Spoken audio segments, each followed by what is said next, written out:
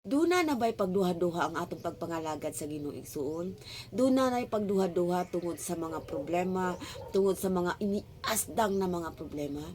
Igsuon ingnon ta kakarong buntaga, salig sa iyang plano ug sa iyang panahon.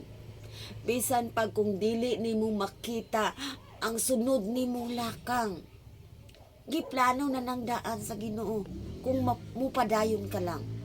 Kay ang iyang mga pamaagi mas malawak sa atong mga pamaagi. Ug ang iyang panahon kanunay nahingpit. Tungod kay ang Ginoo hingpit. Dili na nimo kinahanglan tukiun pa. Kay ang Ginoo na ang bahala sa tanan. Dili man ta kabalo sa iyang mga pamaagi pero saligan lang nato siya. Padayon lang ta sa paglakaw diha sa pagtuo. Kay kabalo ka nga ang Dios mangagiya kanimo.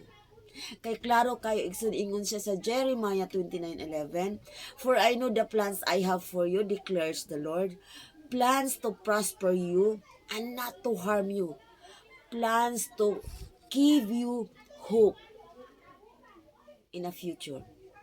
Muna igsuon, ayaw duha-duha ang Ginoo. Kay ang Ginoo naglantaw nimo, padayon lang nga matinud-anon. God bless.